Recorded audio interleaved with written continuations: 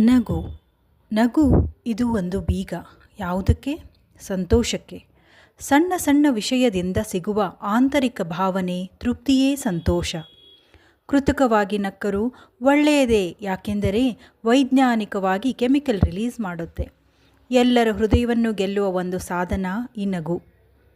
ಸಂತೋಷದಿಂದ ಆರೋಗ್ಯ ಮತ್ತು ಆಯಸ್ಸನ್ನೂ ತೆಗೆದುಕೊಳ್ಳಬಹುದು. ಮನಸ್ಸಿಗೆ ಹಿತ ಕೊಡೋ ನಗುವಾಗಿರಬೇಕು. ಕಷ್ಟದ ಪರಿಸ್ಥಿತಿಯಲ್ಲೂ ನಾವು ನಕ್ಕು ಮುಂದೆ ಸಾಗಿದರೆ ಅಲ್ಲೊಂದು ಹೊಸ ದಾರಿ ಮತ್ತು ಹುಮ್ಮಸ್ಸು ಹುಟ್ಟುತ್ತದೆ.